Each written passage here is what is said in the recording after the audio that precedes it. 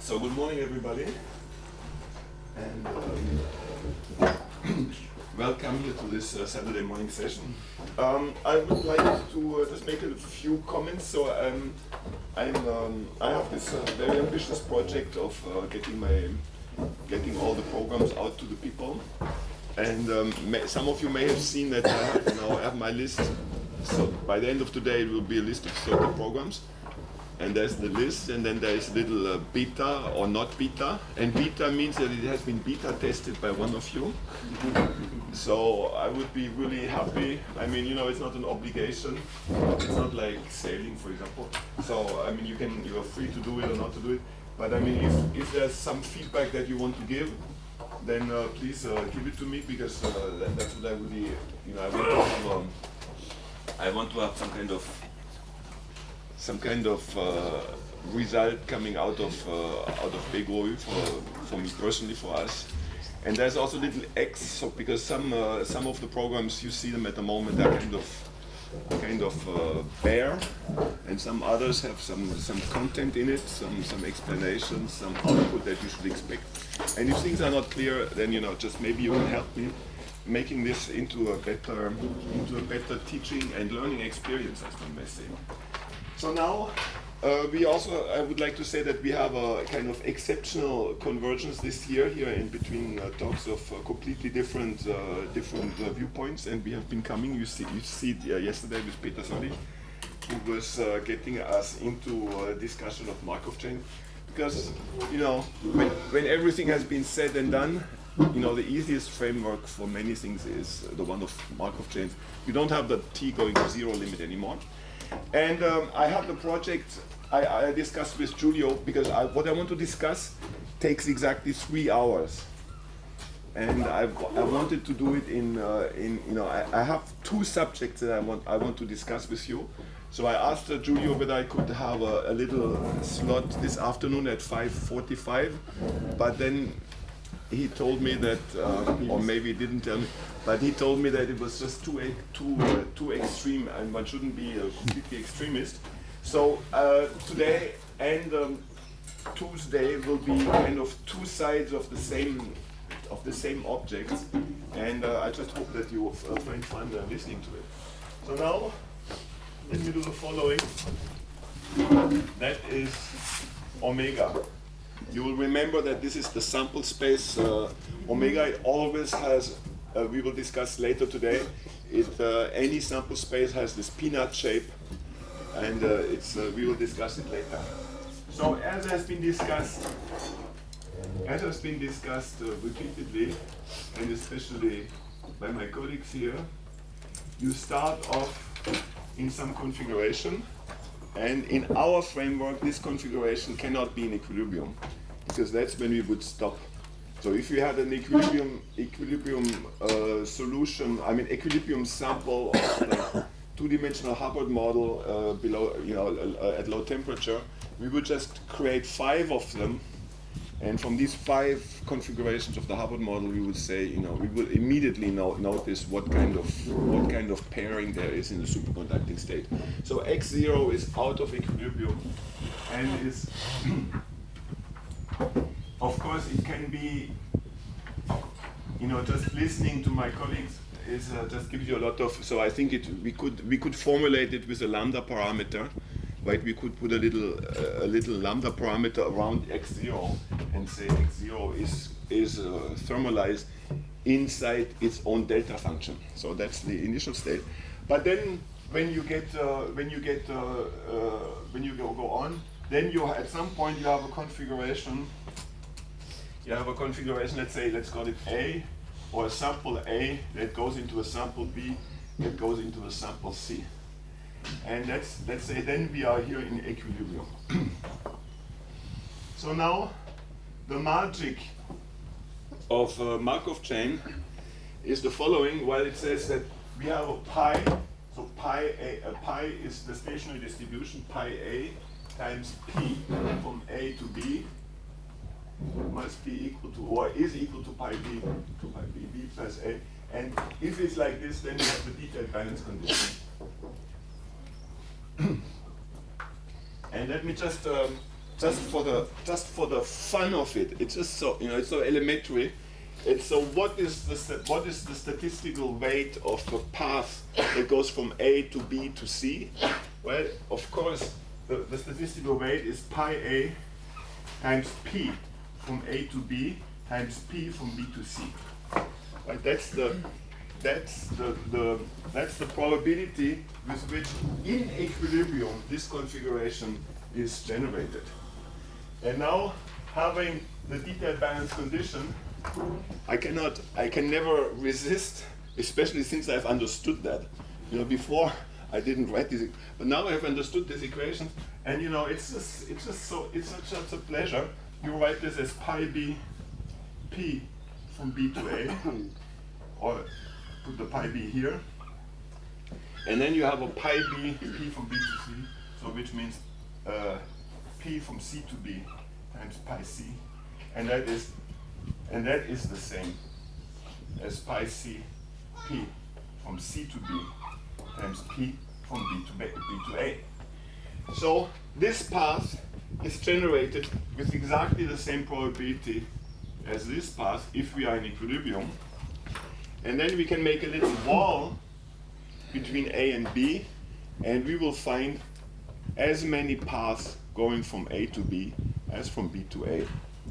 So what this means is, it means that the flow the flow, let's go it like this, flow from A to B is pi A times P from A to B, and it cancels the flow by B to A from pi B P from B to A. So of course this is all very simple, and you've understood it a long time ago. But what now happens, let's say what now happens is, if we have no flows, we have no transport, we have especially no transport of probabilities, and for local Markov chains, that means for displacements, what I mean by this in some rough way, if B is approximately equal to A up to some little changes, if B is approximately A, then what this means is that the detailed balance induces diffusive motion in equilibrium. So you have no flow in equilibrium. Of course, you have a flow from the delta function. From the delta function, you have a flow outside, so there is flow. But here in equilibrium, there is no flow. And then the motion is diffusive, and by definition, almost by definition, it is slow. Werner? Yes? I've not understood. Huh? I've not understood. What have you not? This. The flow Right, from A right. to B. So I make a wall between A to B, or between two parts of configuration space, or between two sub-ensembles. And the way you go out is the flow from A to B. Doesn't mean that PAB must be equal to PBA, but it's the flow. Pi A times PAB is equal to pi B times pi B PBA. The flow is cancelled, and that means that you cannot have transport through. Mm-hmm. So what it means is that that you go this way and you go back, you go this way, go back, Yeah. and you have diffusive motion. I'll explain that in details in a little while. But that's, of course, that's a consequence of this. Okay. So one no, of the it's problems, yes, just the notation B is approximately A. Ah, okay. If B is approximately Okay. A, Yeah. of course, if I have a fantastic algorithm that gets me from A anywhere into the system, we discussed that in my first course. If we have some kind of providential method that goes through sample space, but we will not discuss that here. Then we have a different situation. So now I discussed that over lunch and dinners with people here. So PAB is the Monte Carlo algorithm, as you may remember, and that's the Boltzmann distribution, or similar. So the pi is of course fixed, but the p we have many choices for them, and the most let's say the choice. So many choices that we have many choices for many choices for PAB, but now the simplest choice and the one that has defined the first Monte Carlo revolution. So because now we have the second one here. So the choice that has been said is that because the flow AB is the same as flow BA with detailed balance, let us simply say the following. Let's say that flow AB must be symmetric. Let's find the simplest symmetric function, and the simplest symmetric function is pi A times pi B. So this is called minimum here. And you know that the minimum of two elements is a symmetric function. So that's the simplest symmetric function. And what this says is that, so this says that pi A times P from A to B is set minimum of pi A, pi B. And that's the Metropolis 1953 choice.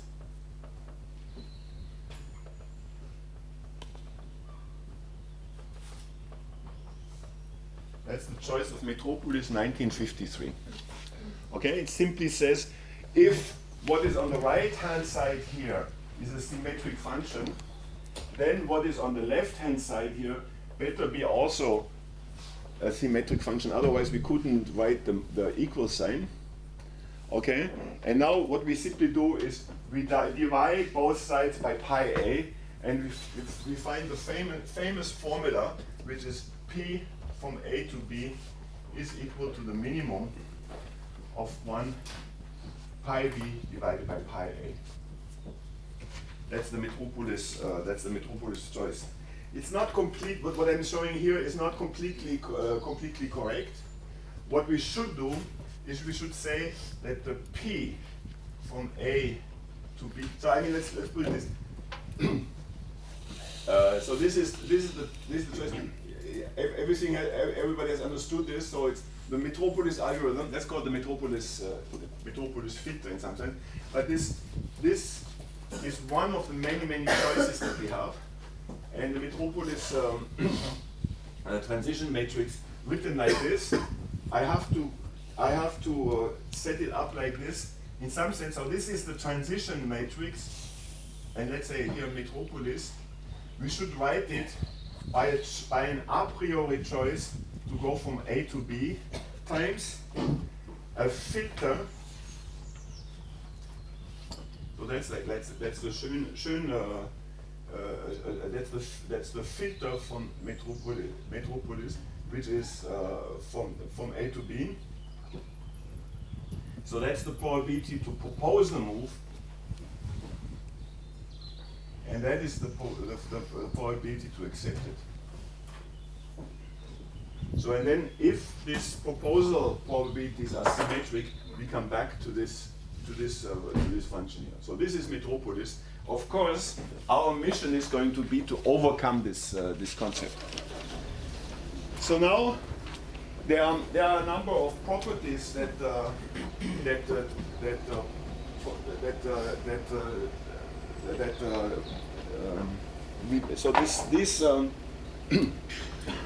so let me just write it here.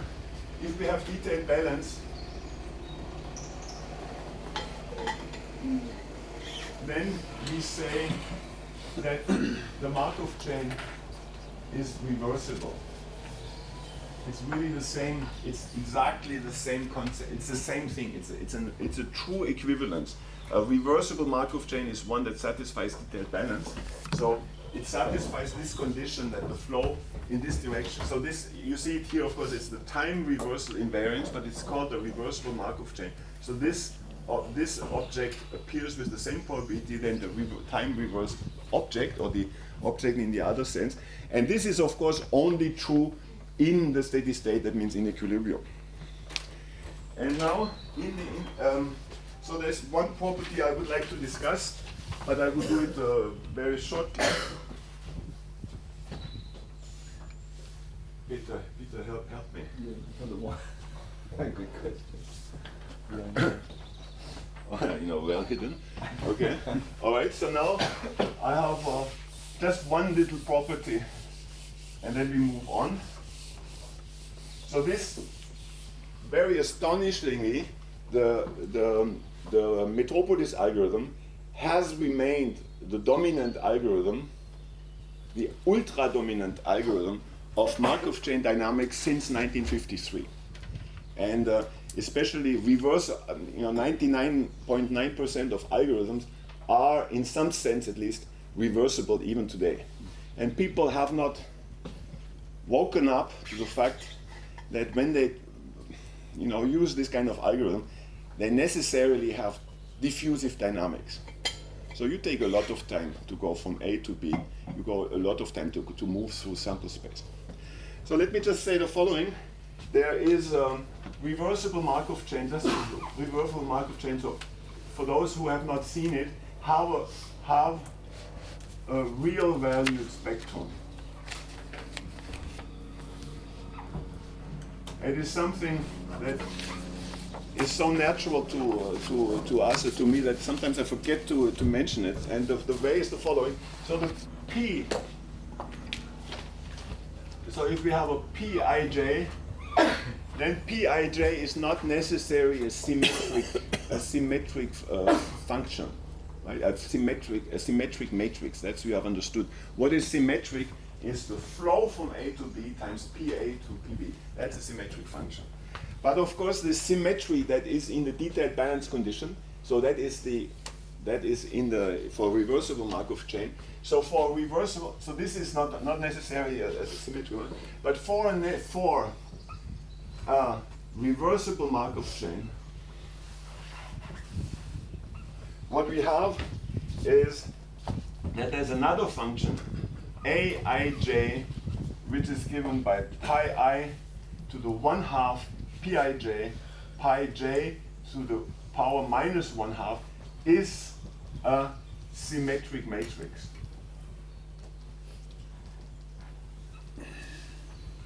So as a symmetric matrix, Aij is a symmetric matrix. So you just write down, it's not often that you have such simple pleasures in life. You just write an equation. You write it with I and j reverse, and it's just 3 minutes that you shouldn't.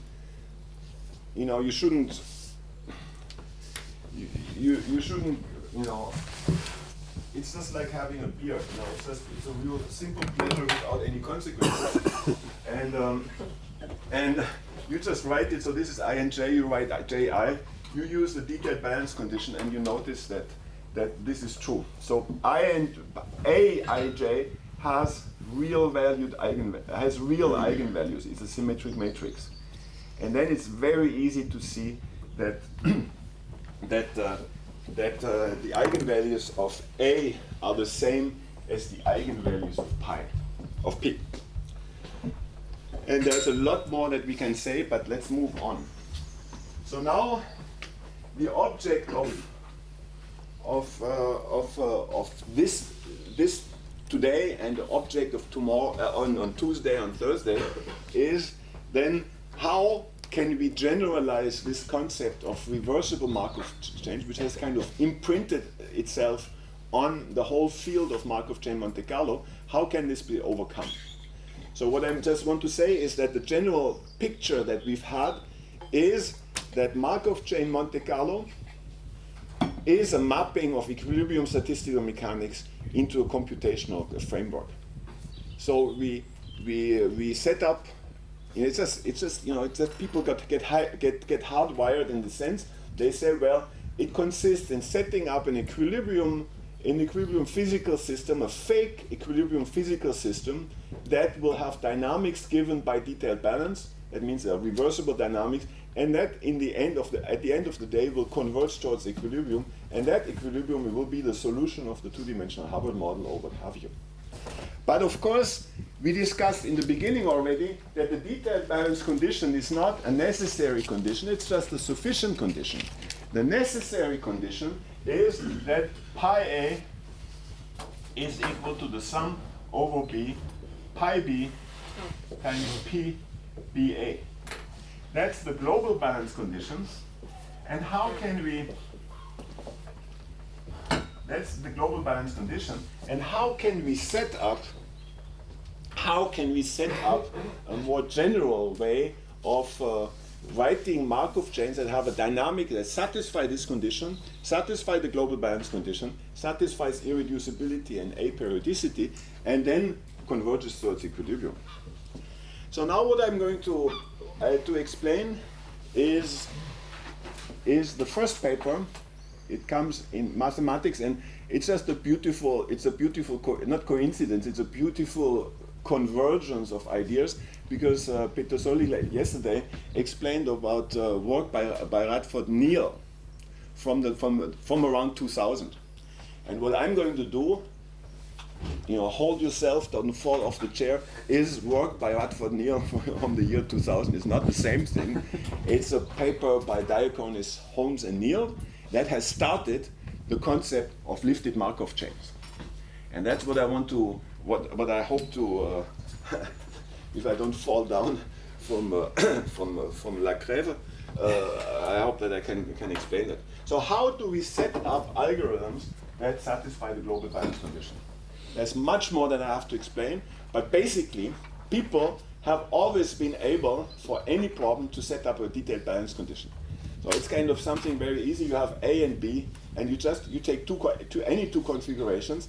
Either these two configurations are not connected by the transition matrix, so then you don't have to worry, because PAB is equal to PBA is equal to 0. And it's easy. But if they are connected, then you just make sure that the Boltzmann distribution times PAB is the Boltzmann distribution times BBA. That's kind of very simple. And then you think, well, it's already in Landau-Lifshitz, so it must be true, and you don't worry about it. But how can we go beyond this? So the way I want to show that to you is really the traditional way of, here we are. So now how can we do that? How can we set up in a systematic way, how can we set up algorithms in a systematic way that violate the detailed balance condition? And then, of course, just to come back to the question of Claude, so what do we want, what's the objective by this? We want to break this limitation for diffusive motion in sample space. That's what we want to do, and that nobody had been able to do before this before this paper. So what we do is we take an example of, just to start with things, and I'll stay with these little examples. I'll start with a random walk of a particle on an L-side lattice. And just to make things clear, there are no periodic boundary conditions for the moment, so there are hard wall, open boundary conditions. And I have this particle move around. We've already done that 2 days ago. So now we are at the configuration I, and let's say that is the state, that's the configuration of my Markov chain, xt, and xt is a sample of the omega of the random walk. So now, what we can do is the following. Let me just also remind you that we said that the Markov chain is the following. It has a sample space, right? And then it has a sample space, and then I discussed it a little shortly. So then it has, this is a set of moves. It's kind of useful to think about this. Set of moves. So in this case, the set of moves is very simple. It's a move forward and a move backward. right? And if you don't like that, you say, well, it's a move to the left and a move to the into the right and to the left. But let's say the forward and backward. So at the moment, so the example is the following: omega of the random walk is the set from 1 to L, and L, the set of moves, is -1 plus 1. So now this is the configuration, and from that configuration you go to consider, well, which move am I going to make? Am I going to move forward or backward? And then with probability 1/2 you go backwards to 1/2, and with probability 1/2 you go forward. Okay, so this is of course a nice thing, and this is the configuration xt plus 1, xt plus 1, also of omega of the random walk. So that's not so. So I'm just doing that to get you used to this way of putting. Oh, I was like you yesterday. I can tell you it gets better. One night of sleep. No, one night of sleep, and it just sleep is kind of really réparateur, as you say. I was exhausted. I didn't think that I would make it to this morning. But anyway, so there's hope. There's hope in life, right? There's something beyond detailed balance, and in addition, there's hope in life. So now let us discuss at the boundary. So things will become just stay with me at the boundary. What we do, so it's we start like here. So we are here, and we are either at 1 or we are at L. Again, we propose to move forward or backwards, one of them. And then, if we want to go backward, in this situation, we cannot go backward. And then we use what tells us what the Metropolis algorithm tells us. Then we simply stay.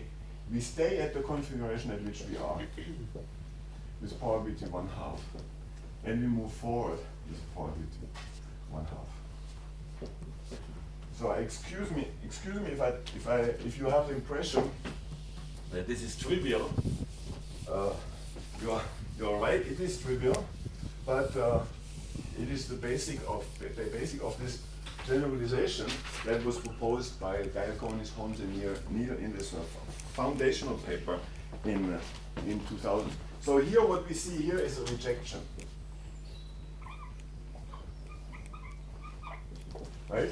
That's a rejection. So if you want to make a move, that has also been imprinted in our minds. If you want to make a move and this move is rejected, you stay where you are. What means that all the terms of the transition matrix that correspond to rejected move are put onto the diagonal of the transition matrix, right? So this probability p equals to 1/2 adds to the diagonal of the transition matrix. So now, the author that I just explained, that I just mentioned, did the following. Let us go from a sample space omega, which is the sum of the random walk. Let us go over into the sample space of what was later called the lifted random walk. And that is the omega of the random walk cross.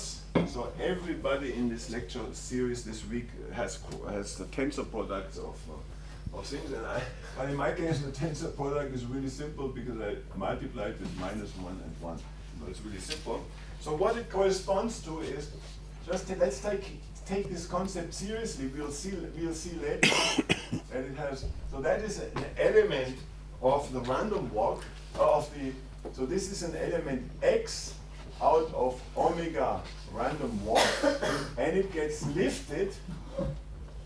Roland Speicher yesterday was also mentioning the word lifting. So lifting is a concept in mathematics. You have seen it yesterday already, and it gets lifted into two configurations: the one that moves forward and the one that moves backward. And those are the elements, I will call them later x hat out of omega hat of the lifted random walk.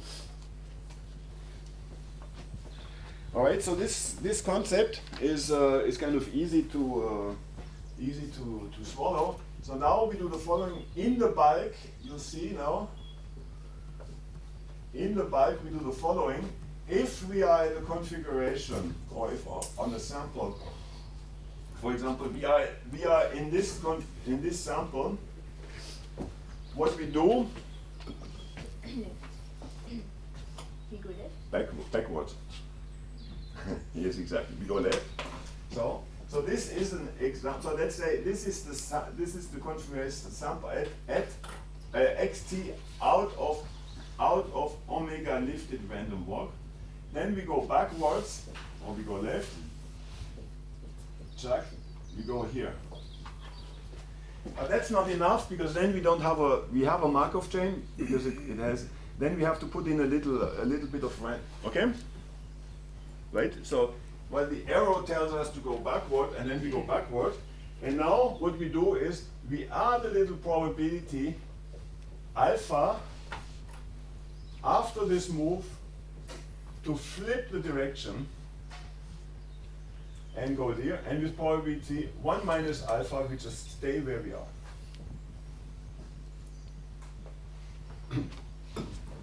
So that is in the bulk. And at the boundary,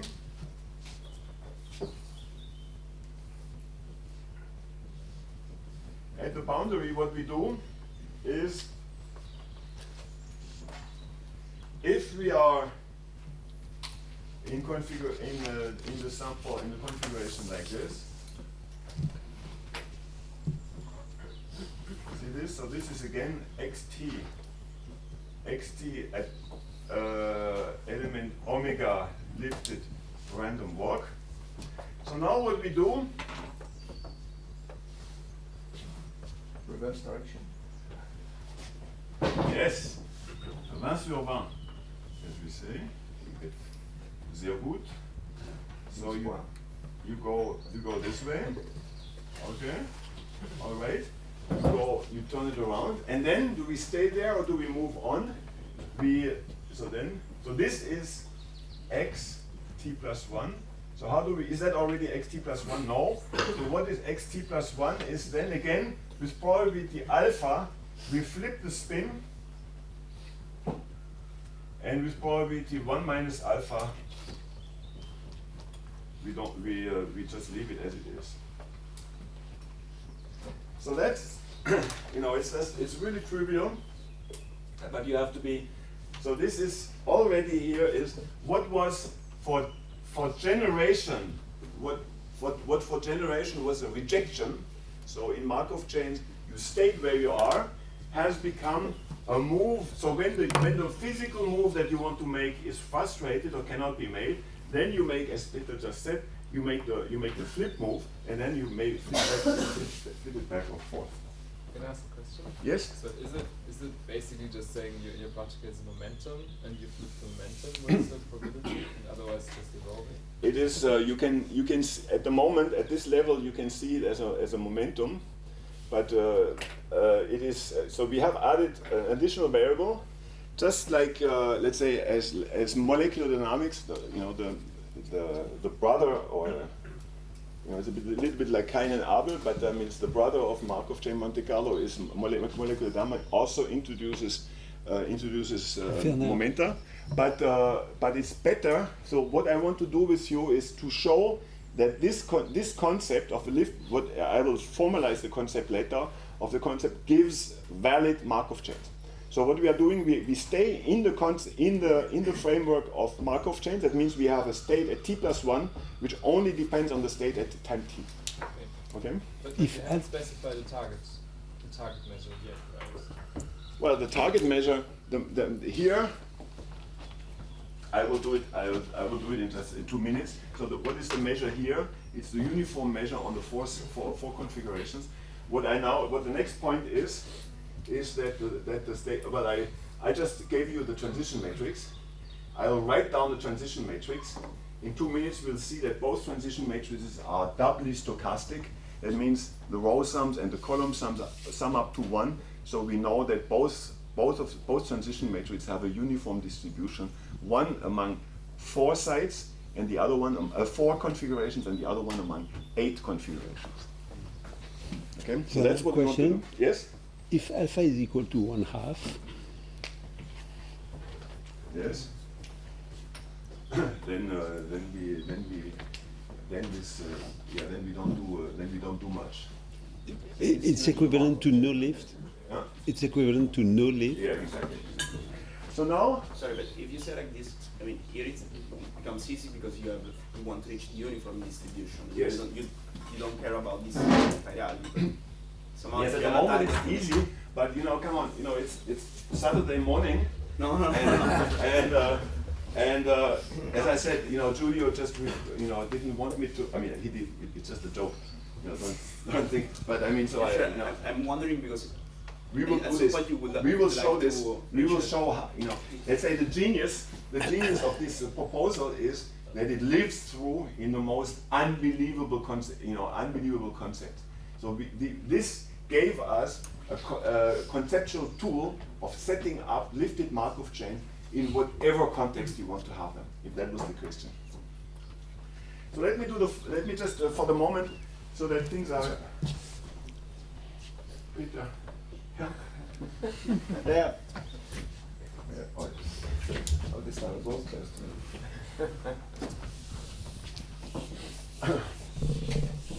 So let's just do the following. Let's just write down. So here we have configurations. Let's say for the random walk, we have 4 configurations. Check 1. We call them 1. We call them 2. We call them 3. And we call them 4. Okay. All right. So now I may need help. So what is the transition matrix of the random walk? And I put here with walls. Okay, what is it? Just to get us used that they are. So if I am at 1, then and I make a left move, then where do I move? So left move or backward move. Then where do I go? I go to 1, so I have a transition matrix element 1, and then, so with probability 1/2, but I can also go to 2. And then so if I'm at 2, I can go to 1 or to 3, and so on, 0, 1, 0. So the dots means 0, I just don't want to clutter them, 1, 1, okay? And you see that this transition matrix is doubly stochastic, so the target, as you said, the target distribution must be the target. I mean the pi. That means pi is equal to 1/4 times 1, 1, 1, 1, and this generalizes, of course, for arbitrary objects. So now let's do the transition matrix of the lifted random walk. Again with walls. So it's a matrix of double size, of course. So now what I want to do is the following. I call this, yes, I shouldn't do things that you cannot do on your notes. Let me do like this. So now, for the lifted random walk, I have one configuration, which is Chuck. I call it 1. Configuration 2.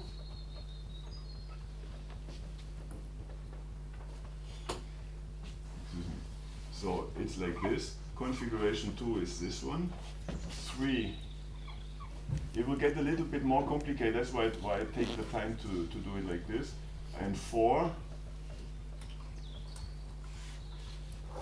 goes like this. 5 and 6. 5 and 6 are these. And 7 and 8. I let you fill them in. It's this one and this one. So now we have a transition matrix, it's called a lifted transition matrix of 8 elements. And now let's just write it down what it is. And we'll see very quickly the way it goes. So if we are at 1, if we are at 1,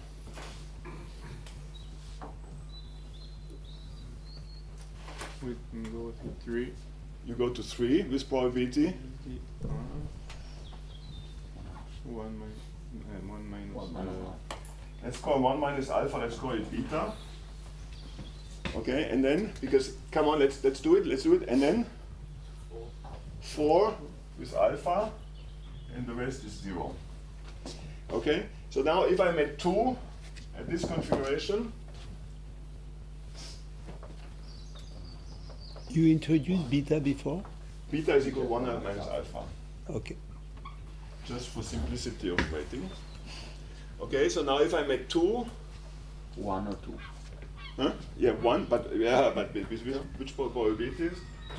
1 with No. Selon my note, according to my. 1 without. So now I flip. 1 with 2 nominal. In my humble opinion, it's like this.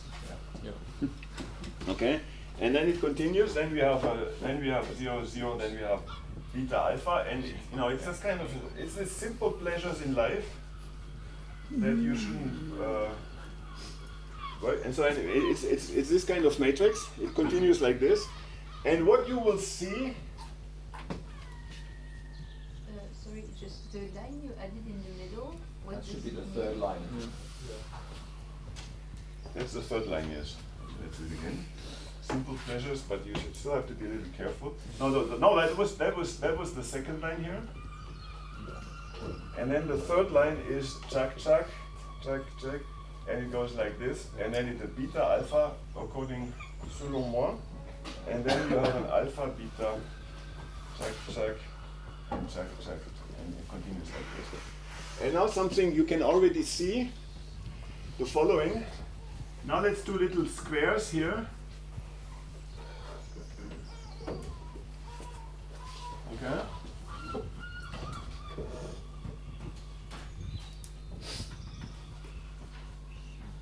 You see? I just, the squares are not part of the transition matrix, it's just an illustration. And you see, beta plus alpha is equal to 1, and this corresponds to this. Beta alpha equals to 1 corresponds to this. Alpha beta is equal to 1 corresponds to this. There's nothing here. So it is the same, it's the same puppy here. You see it here?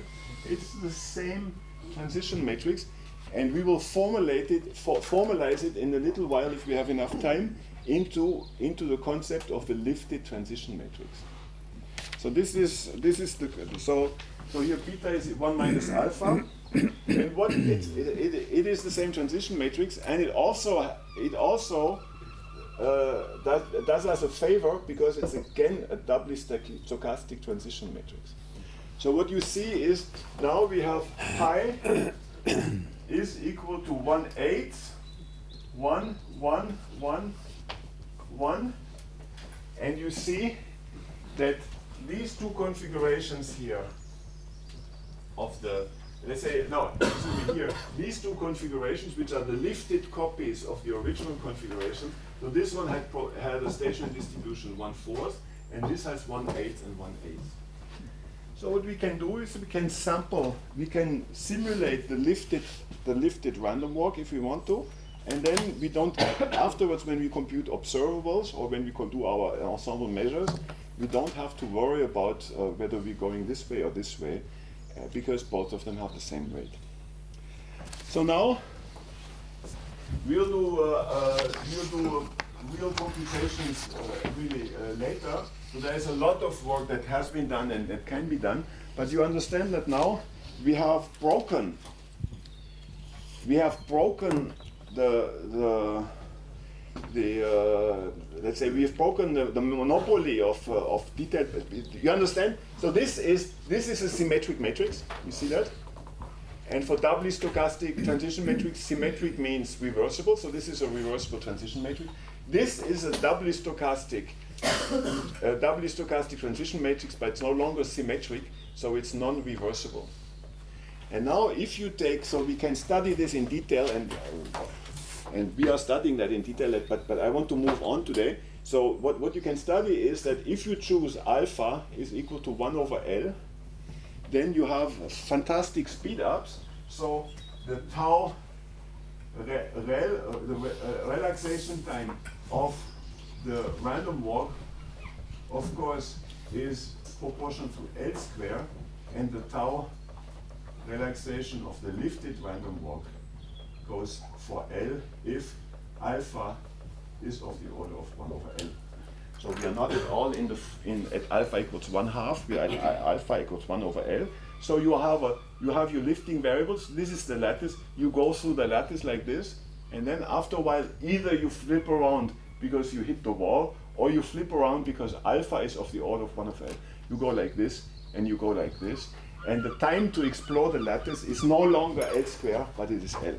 Werner, so you said that if alpha is equal to 1/2, you said before that nothing happens. Yes. So now you tell us that That if alpha is 1 over L, 1 over 1 over L, L, L, so it's tiny for L being a million, it's 1 over a million, it's 0.000. Then you go through the lattice,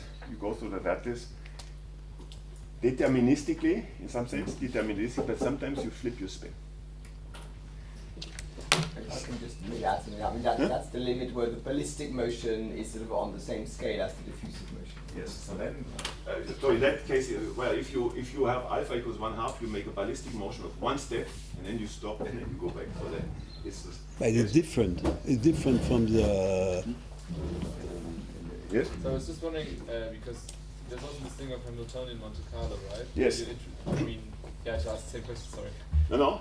Where again you introduce momenta, and somehow then you introduce a larger state Yes. space to make things. Yes, very good point. So there is the concept of Hamilton, as you just said, Hamiltonian Monte Carlo. It is in some sense. I mean, I'm deeply in this discussion. I just come back from 2 months of discussion of the relation between this thing. So I am presenting you this concept because it will. So excuse me, this is kind of a specialist discussion. But what I'm doing, what you do in Hamiltonian Monte Carlo is you start from X. You go to some X prime, you make a few mistakes, and then afterwards you go back into the framework of reversible Markov chains, and you give up some of the advantage that you can obtain. And I think my motivation to prefer this kind of, it's kind of very high level the discussion of what we want to do is we remain completely with our shoes, with our hiking boots on the wall. We make no mistake, we make no error, we make no approximation, and we satisfy the global balance condition, and we don't make any approximations and they later have to backtrack because we made a mistake. But the question, of course, is here, can we generalize this framework? So my mission for the next, for today and for next Tuesday is going to show you that this can be generalized from this trivial example to most general concept. Remaining with our feet on the floor and remaining in the framework of an algorithm that remains so exactly in the same word that we had before, that remains exact in the limit delta t is equal to 1. So we don't have to take a delta t limit, we don't have to do anything complicated, which gives us a lot of possibilities to move. So now, let me just say, so the mystery here, or let's say the miracle that took place in this paper by Diaconis, Holmes, and Neal is, what is the mystery? And the mystery is that what was seen as a rejection is reinterpreted as what is called a lifting move. So you want to make a move, you are frustrated, you cannot make this move, and in that situation, you remember that you have lifted variables and you make a move in these lifted variables. Even though it is true that this transition matrix has diagonal elements, but which will go away in the limit, which will go away. So now, let me do the following. Let me show simple generalizations of these algorithms, and let me discuss the symmetric simple exclusion process. This is kind of one of the most studied examples of stochastic motion, And instead of having a simple, so this is called the symmetric simple exclusion process. And it's called a process because usually it's defined in continuous time, but we will, as I said, we will stay in this framework of having one move per time step. So that's what we will do. And it's exactly the same thing as Diaconis, Home and Neal did, but not with a single particle, but with several particles.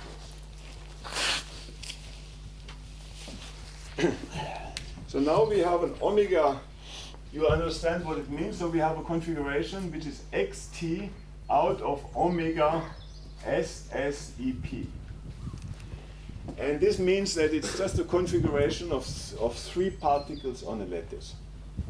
So now our bag of moves has become a little bit bigger because now we have backward moves of particle 1, forward moves of particle 1, backward moves of particle 2.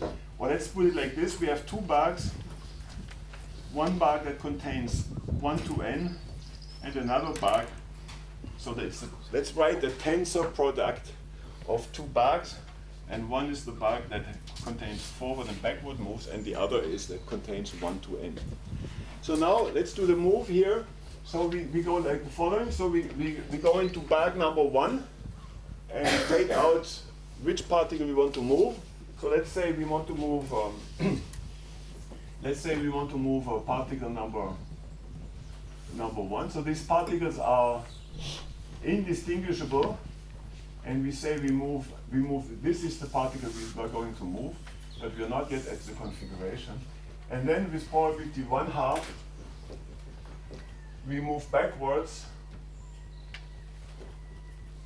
Check. We go here, and with probability 1/2, we move forward. But of course, this forward move, it has a little problem. It cannot take place. So we are. This is the configuration at xt plus 1 of omega SSEP. All right. So now, I want to write down the transition matrix, but with my limited writing skills here, this is going to be complicated. So I need your help. It doesn't mean that, because it's complicated, I won't do it.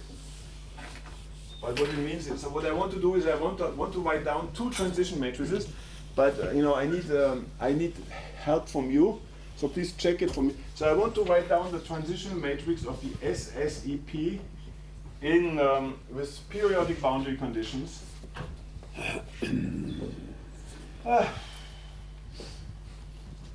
That's when I get courageous. You think we can do it? You think we can do it? Yes, thank you. It's just, it's always. That's why in football, when you play at home, you win more games. Just like I feel like having a home game here with you. So we will succeed in doing it. Okay, that's right, because we actually need it. We actually need it because otherwise we will break down.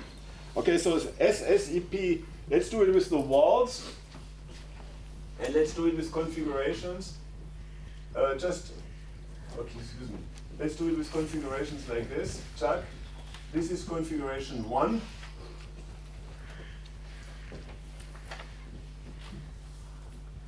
Just 2 particles.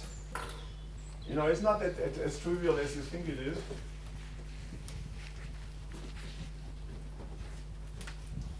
Three. Okay. And then we have a little race. Stop and go. 5. And then we have 6. Okay? So while maybe with half of you I do the walls, the other ones think about them. So let's do the walls first. So what is the element 1, 1? If I cannot go periodic boundary conditions? Huh? 1, 1. Come on, I mean, you know, you're the supporters here. If you're silent, then you know I'm going to lose the game. So please, what is the algorithm? I first choose the particle I want to move, then I move it left or right. 3, 4. Huh? 1, 1 is 3, 4. 3. Yes. So the quarter, the 4. So 1, 1 is 3. Thank you. And then 1, 2 is 1. And the rest is 0. And then I have 1, 1, 1, 1. Check. Then I have 0, 1, 2, 0, 0, 1. Maybe the third line has to be checked whether that's correct. And then it continues, and so it continues here. So, but we have this 3, 1, so that's clear. And now for the PSSEP with periodic boundary conditions, what do I have? So if this moves to the left, I mean it moves backward, then it comes back here, and it gives which configuration? It gives 5.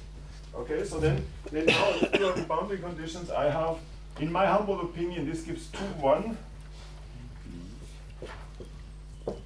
like this, and it gives 1, chuck, 1, 1, chuck, and we continue. So okay, so this is the same as this, and I think that's the transition. So both of these transition matrices are doubly stochastic, so they have the uniform distribution, and it shows that there are two ways. So the boundary conditions doesn't influence. Okay, so now let's do something else. So after this preparation, let's do.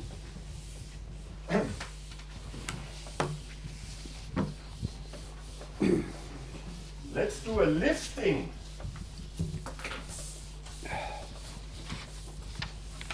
And the first lifting that I propose to you is the famous totally asymmetric simple exclusion process, also called TASEP. So let's do the move from the SEP to the TASEP. TASEP, totally asymmetric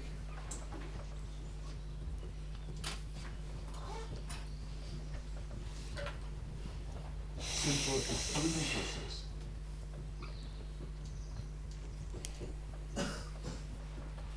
So the TASEP is the following. It has a sample space omega TASEP is equal to omega SEP times minus 1, 1, and the lift and L is equal to 1 from N. And you see here the SEP had an omega SEP which was as it was, and the lift and the set of modes was 1 to N, we already had that, 1 to N cross minus 1 to 1. So what we do is we used to have configuration samples, and we had to moves, and we take part of the move, we take it into our sample space. So what do we do? And of course you see that I'll have a it's just incredible. So I have now two choices. I can lift in the plus minus, and what we'll do at the next step, final step, is we'll lift in the plus minus and in 1 to N. But the TASEP stopped at a little bit at half of it. So it said, now let's lift in minus 1, 1. So now what we do have is we have, instead of the 6 configurations of the SEP, we now have 12 configurations. And one of these, excuse me if I'm going a little bit, not excuse me, but I'm really going through it. So now we have one configuration, which is this one. Everybody moving forward. Okay? And now I have, that's configuration 1. And configuration 2 is the same configuration, excuse me, like this, the same configuration, but we move backwards. Now we have 3, which is this configuration, but I only move forward. I have 4, which is the same configuration, but I move backwards, and so on and so on. So this goes on. This goes on forever. This goes on. So okay. So now I lift in this space of configurations, but now I say I can only move forward. But now I need a rule. And what is the rule? I mean, there are many rules. I also already told you that there are many rules for transition matrices. I mean, you see all of these are basically transition matrices for sampling. So now what I do is the following. So I always, so this is forward for you, right? For me it's backward, but I mean, yeah, it's just. So anyway, so, okay, yes? Why we do not have the configuration in which one goes backward and one goes forward? No. That is, excuse me. So that is just, that is a shorthand for a sample space. What I'm saying is, the sample space is now the omega sep cross minus 1, 1. So this is the copy of what was of this. So I have this configuration, and this configuration gets forward and backwards. So this is this configuration times +1, and I have this configuration times -1. I'm not attaching the arrows to the single particle. Not yet. We'll come in a little bit. It will come in a little bit. So now I'm just saying in the tacet, I'm just moving in one direction. Now let's have a little rule, and the rule is the following. If I have two particles and this particle wants to move forward, so I have chosen this particle to move forward, and it's rejected, I just stay where I am. I remain in the same sector. But let's have just the rule that if, for example, the final particle in the sector where I move forward wants to move forward, then I flip the whole sector and go backward. Okay? Let's just try it, whether this works. So you understand the rule? So I'm going like this. Let's do it like this. Let me do it configuration 2. Okay, so this is a lifted configuration of the tacet. Okay? So now, so that's the configuration. And where does it go? It goes with probability 1/2 to this configuration. Okay? You agree with me?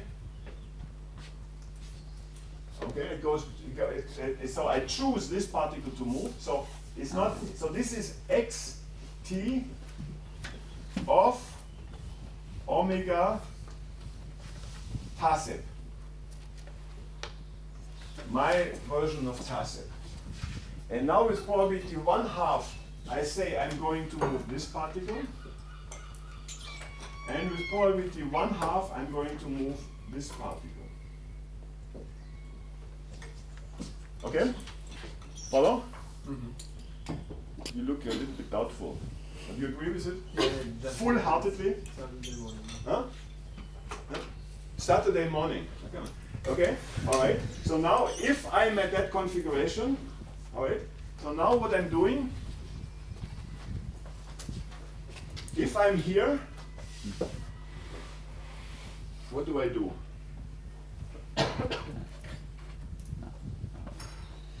I'm saying that now the new configuration of the lifted of the tacet is going to be this one with probability 1. So this totally is 1/2. And if I'm in this configuration, I stay here like this. Yes. Okay?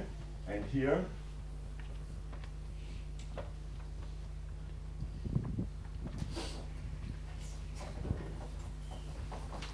so here, so here, excuse me, I will close that like this, and here, I stay like this, going in this direction. Okay? So that's just a rule that I can invent. Now, what is the Pepsi test? What is the test of whether this rule is a correct, is a good rule? Is I write down the transition matrix and check whether it is again doubly stochastic. I'm sorry, why the probability of flipping the arrow is 1/2 because it depends on which particle I choose. So after, I have this move, Okay. then I move forward, and then I go back. And why isn't it alpha or something like Well, that one comes way later. I before- just, for simplicity, I just do it like this. Okay. Okay, I could add alphas, but this I do in Because in 2 principle, minutes. this move is the one we had before with the Yes. alpha. So now, yeah, it looks the same, but now, so this is probability 1. Once I have chosen here, Okay, and probability 1 I've chosen. Okay. In some reason, the reason is because I have enough randomness. I need some randomness, and I have enough randomness in choosing which particle I want to move. I have the choice between the 2 particles, so I already have randomness in here. So now, Can I just ask? So Yes. the L is to flip the overall error. excuse me. The actions I'm doing in L, that's to flip the overall error. That's you see it here. Yeah. So that is you see. So when I'm in this configuration, then the arrow must be backward. Okay.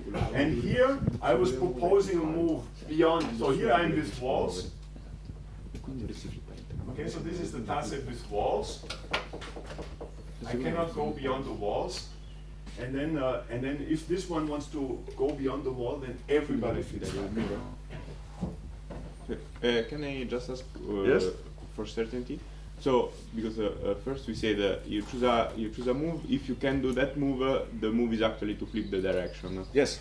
In the second case, we choose a move which is, let's say, second particle to the left. Yes, exactly. We can't do that, but we don't flip. And we don't flip because that's what for generations people who have studied the TASEP have been doing. Okay, so the criteria is being on the wall. On the wall, exactly. Okay. So the criterion is being on the wall. And let me just, but you know, so I see just because you asked this question. So now let me write the P TASEP. So the reason why thank you very much for this question. So the reason why, if I move why here, you see, everybody looks at this. Why don't I do something more creative? It's because that's called the TASEP. Right? So, I mean, we'll overcome this limitation. So, and I just introduced a little flip. So in the TASEP, usually you only go in one direction. I propose to go in in 2 directions because that's what is going to help me define that this is actually a lifting.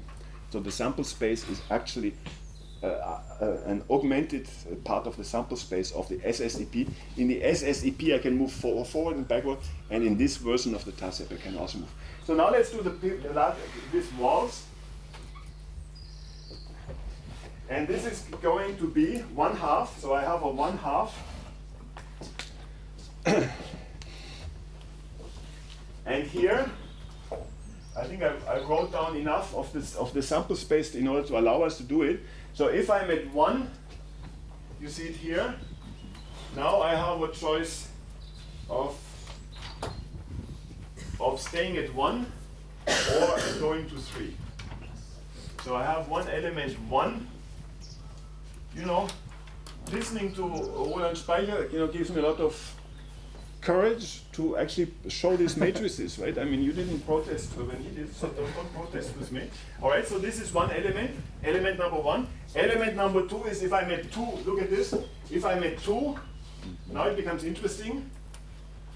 If I'm at 2, if I choose this guy to move, then I stay at 2. But if I want to move for the left guy, then I move it forward and I go back to 1. And let me stop here. And you see, again, we can make this little les petites cases. Look here. Je fais une petite case. 1, 1, 1, and 3. All right, you see? It is again, there's some mysterious property that I rewrite transition matrices in higher level sample spaces. And if I write them down this correctly, then this 3 becomes exploded into 1, 1, 1, and 1 plus 1 plus 1 also makes 3. So I can guarantee you that you can have a lot of fun writing down the lifted TASEP, the TASEP thing exactly. But let's do the following. So if we write down the P of TASEP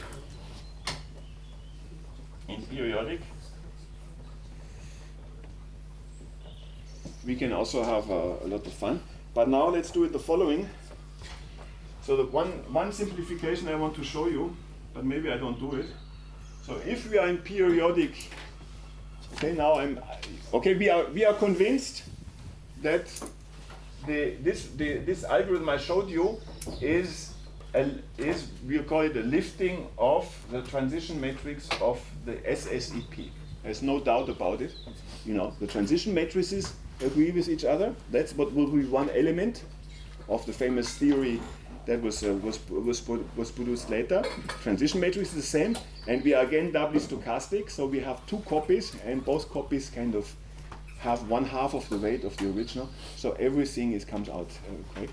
And those who have ever been to a seminar or to a lecture series on the TASEP know that of course its dynamics is completely it's called the KPZ dynamics, so it has a completely different dynamical scaling behavior. It's much faster, but it's not as fast as it could be because people stopped au milieu du guet, you know, they stopped in the middle of the weight, and we should have had a lifting not only in going forward and backwards, but we should have had a lifting in the particle indices, and that's what we will do next. But now let me just introduce the following. So then, if we have periodic boundary conditions, what we can do just to simplify our life is we can split our transition matrix into something that we discussed a lot walking around on the beach. So we can make it like we have two sectors. One is the sector that moves forward because we can always come back, and one is the sector which moves backward. So with walls we need the forward and backwards because otherwise everybody would be at the walls. But if we don't have walls, then we can just look at the TASEP going in one direction. And this TASEP going in one direction is now only, in this case, it's only a 6x6 matrix, so it's going to be a little simpler. So let me just write it down. So the TASEP in the 6x6 matrix is again an object. Again an object which is like 1, 1, 0, 0. Anyway, so it's some kind of matrix. It's a 6x6 matrix. If there's interest, I can explain it to you. So then again so this is in let me do it like this. So configuration 1 is how many sides do I have? 4 sides. Okay, so I call this configuration 1. Configuration 2. It's the same as we had before. Configuration 2. So I'm only in this sector, though. This is configuration 2. Configuration 3 is this one, and so on and so on. So it's a 6x6 matrix, and it's a little different. So now let's do the following. You don't have a 2x2 box anymore. I don't have a 2x2 box, but I did the 2x2 boxes for this case. And now I'm moving on to the periodic TASEP. I could connect it with, I could have some procedure going back, but now I will make the boxes not for the, excuse me, so it's not a box here, but I will connect this now to a lifting of the TASEP, and I will lift the TASEP, and we'll show how this can be done. So now let's do the following. But let's say, yes? Maybe I missed the individual element of the two matrices are not the same because the one has 1/2 in front instead of 1/4. What do you mean? It has 1/2 instead of 1/4, so it doesn't sum to 3 exactly. Or yes, there's some magic. If I do everything in complete detail, I mean, then you will be bored, and you say, why did I do, why did I come to Big Rue?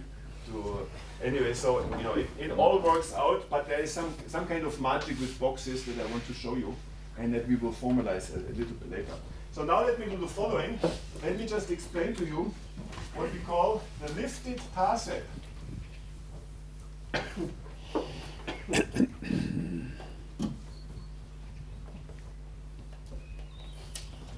So that comes That's very recent stuff. So the lifted TASEP, now you know what we're going to do. In the lifted TASEP, we will have an omega lifted TASEP is equal to omega TASEP cos 1 to n. And in some weak sense, because I will only look into one forward, so in some weak sense, it is 1/2. So I do it with periodic and periodic here. So it's 1/2, let me just do it. It's like the omega sep times minus 1 times 1 to n. So now the move set is more or less empty. That's what we want to do. And now let's do the following. So we have a configuration. Let's say the following. So we only look at it in the forward sector. So we have a configuration like this. So we have this configuration before. We had this configuration before. Now, going to the TASEP, we propose that we go only forward. So now we also go forward. But now we lift following, just like we use the same principle. Now we lift in 1 to n. So we have one of these little puppies here has an arrow. Okay, so only one of them has an arrow. And it's this particle, so this is an element xt out of omega lifted of the lifted TASEP. So now this element has an arrow, and where does it move? Provisionally, it moves towards this configuration.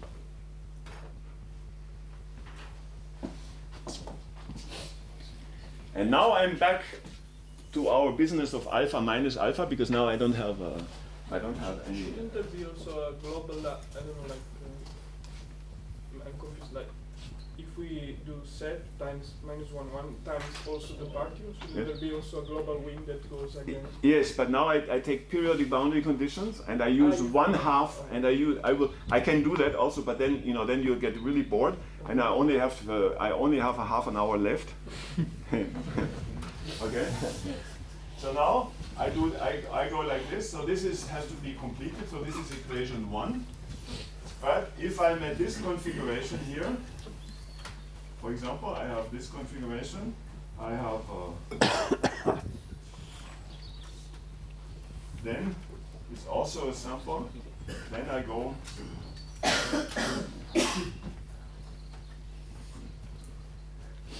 So where do I go from this configuration? It's rejected. What do I do? No, I don't go back. That would be. So what I do is what would you propose? Arrow to the right. So the arrow moves forward. Okay. All right. So this makes sense. But now I have a completely deterministic. So I defined a collision rule in some sense. It's in the sense of Hamiltonian Monte Carlo. But I can assure you, we will generalize this to arbitrary interactions without finite time steps, all the complications that come with Hamiltonian Monte Carlo. So this is equation 2. But let's do it. Let's do it anyway. So now let's go like this. And now look at the following. What we do is now with probability alpha and 1 minus alpha. What do we do? 1, 2, 3, 4, 5. 1, 2, 3, 4, 5. So now with probability 1 minus alpha, I do nothing, right? That was 1 minus alpha was to do nothing. But the configuration of our sample space is this. So this is x to time t plus 1 out of omega lifted TASEP. And with probability alpha, what do? Is I take my arrow, my pointer, and put it to the previous particle. So now I'm outside of I'm outside of Hamiltonian Monte Carlo. Do you see? You understand the algorithm? So I did this move, and then we just had, so this is work with Fabian Esther from not long ago, and now we just say with probability alpha, I just put the arrow to the previous particle, even in maybe 17 sites previously, and we just, okay, so that's a rule. Okay, and in this case here, I go like this, and here, with probability 1 minus alpha, I stay here, and with probability alpha, basta. So now, in the Did you reverse the direction? no, because I have periodic boundary conditions, I don't have to reverse. So it's just, I could do it, there's a zoology of moves, I just do the simplest case. So now, it takes just a little while, but maybe I'm not going to do that in the interest of time.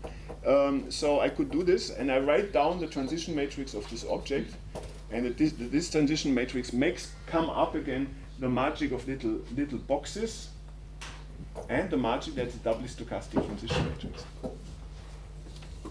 for any alpha, and it is irreversible and aperiodic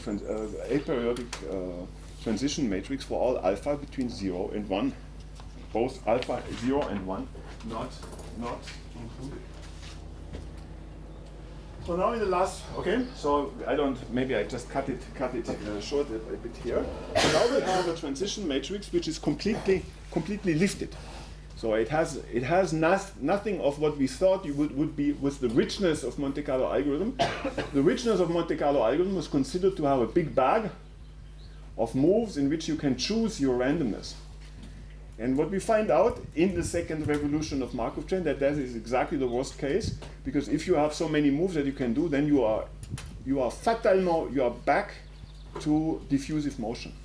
I'll show you in a little while that these algorithms are completely, they are Formula One in the race cars. It's just incredibly fast. They are incredibly fast. But before doing this, I want to make a little connection. I want to make a little connection to not really thermodynamics, but let's say to some theory. So the theory is the following, and I want to discuss. So I have two more slides, then I'm done. I want to discuss the concept of conductance.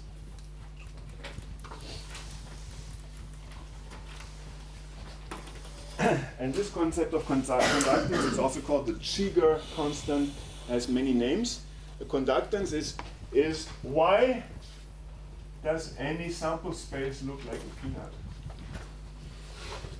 And the reason is the following: we can define the conductance of a Markov chain, and I'm sure we can define the same for any dynamic process of what you were looking at. So there's the conduction, and it's the minimum of S over all subset of omega with pi s less than 1/2, and it's the flow from S to not S divided by pi s. So let's call this S, let's call this not S, and that's the worst partition. So we are again into some kind of worst case optics, and it's the worst partition, and I'm looking at what is the flow. So that's the separation between S and non-S, and I'm looking at what is the flow across the boundary between S and non-S. So that is equal to the minimum of S in omega less than 1/2, sum over I in S, J in S bar, pi I, Pij divided by pi s. Pi s is the sum over pi I in S. So that's the conductance. I mean, some of us are physicists, or most of us are physicists, so that's the conductance of S into non-S. And there are two completely fundamental properties, which is the following. It has nothing to do with physical motion, and our colleagues, Sinclair and Jerome, 1986, proved a fundamental theorem that the students in my ICPT class in Paris always have great pleasure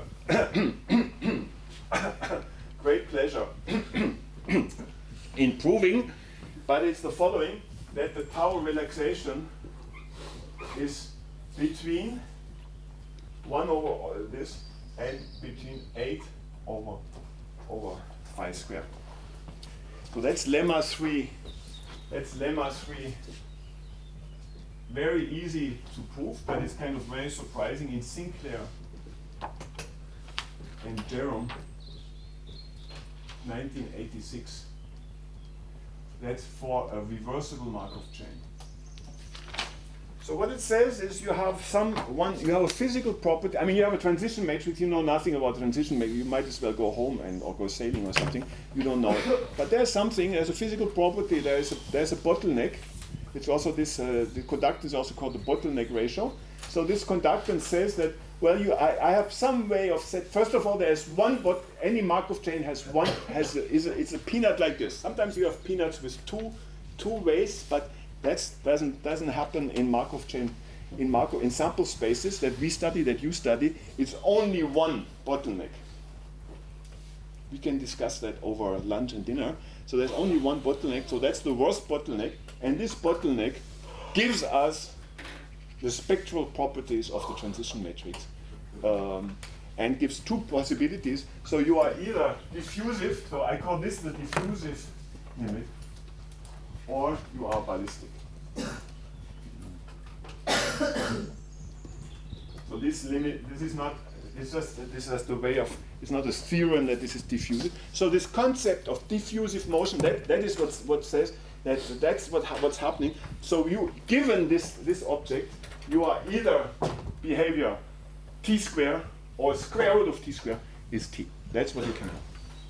Werner? Yes? The relaxation time here is the inverse of the spectral gap? Yes, that's the inverse of the spectral gap for a reversible transition matrix.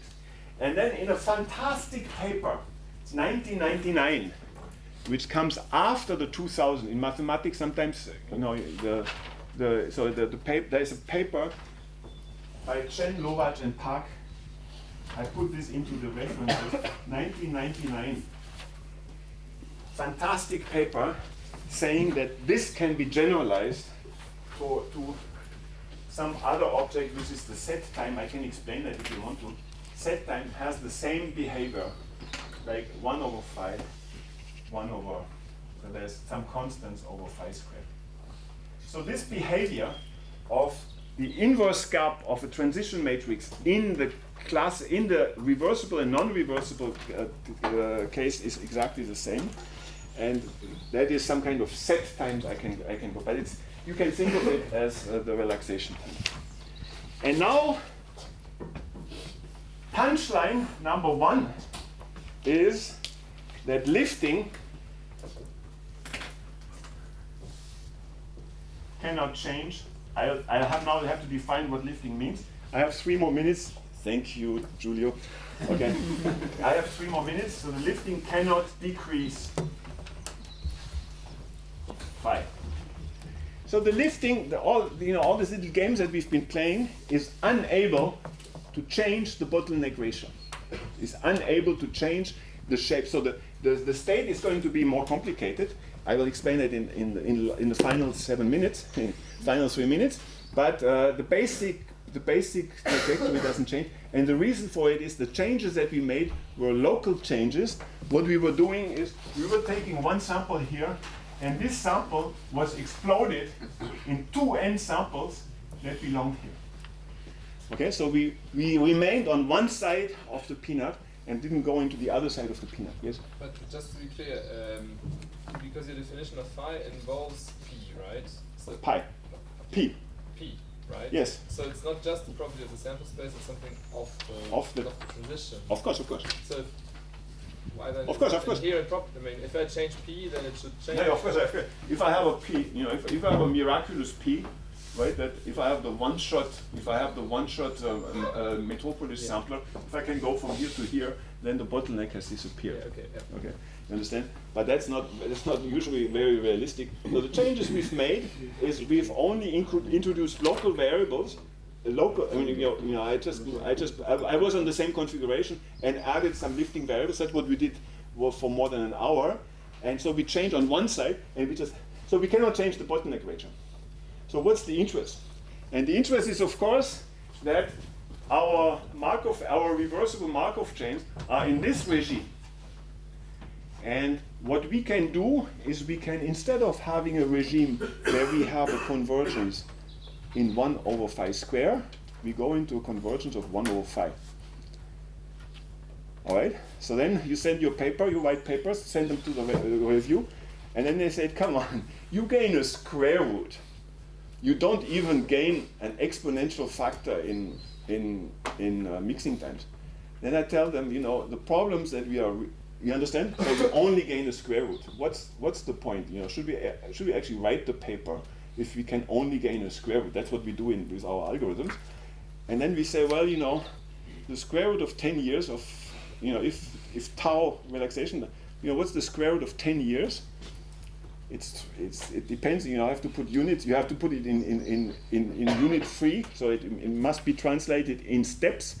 And the square root of 10 years is 1 day. So, so just gaining a square root is good. So let me just write down in 2 milliseconds. Let me write down the definition of a lifted Markov chain, again, due to Chen et al. 1999, is the following. We have a Markov chain defined by omega, and as you just said, p and pi, okay? So it's not just the sample space, it's the sample space plus the transition matrix. And we connect this to a lifted Markov chain that lives in an omega hat, that lives in a p hat, and that lives in a pi hat. So all of these are lifted objects, and there are 2 conditions. Condition 1 is that the pi nu is, let me write it correctly, is the sum over I out of f. So there's a function minus 1 of b of pi hat of I. So in a sense, so here I have half erased this, that the sum over all the pi's here must be equal to the sum over all the pi hats must be equal to the pi. And second condition is that the flows are preserved. And what it means is that, let me just write it here in my sample space up here, then I don't have to write another equation. So one condition is that I have lifted my configurations. Now I have a configuration I, and I have a configuration J.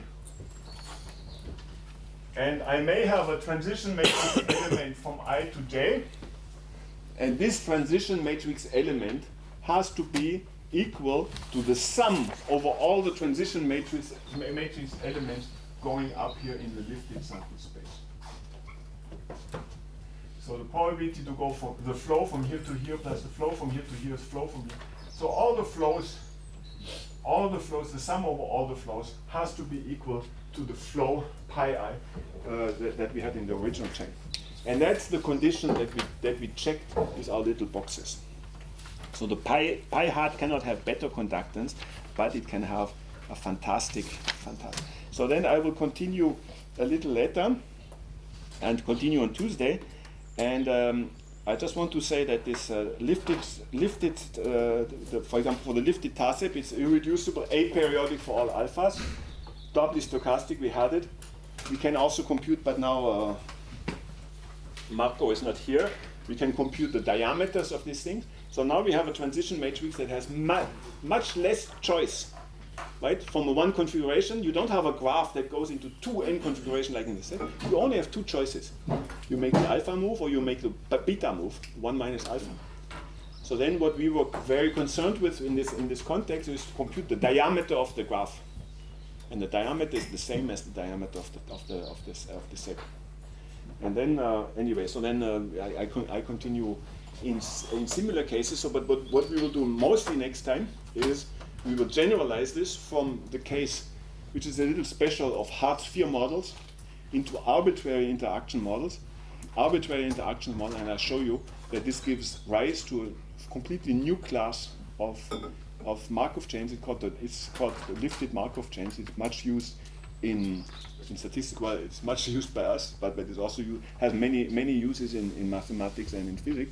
And it is a systematic way. It's a systematic way to have manifestly non-reversible Markov chains, and that was what was missing before the paper of Diaconis, Holmes, and Neal, and which has been just, now you give me a Hamiltonian or some object that you want to simulate, and with a little work, it's still there. It's not everything has been solved.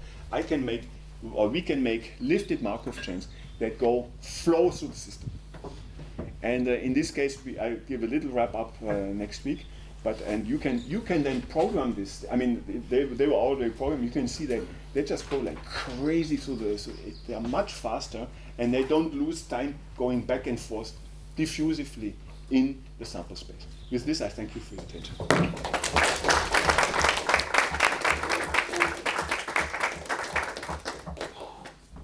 Maybe you should give the next talk, because giving a talk just makes, I was sick at 8:30. Now I'm ready to go swimming. It's kind of strange.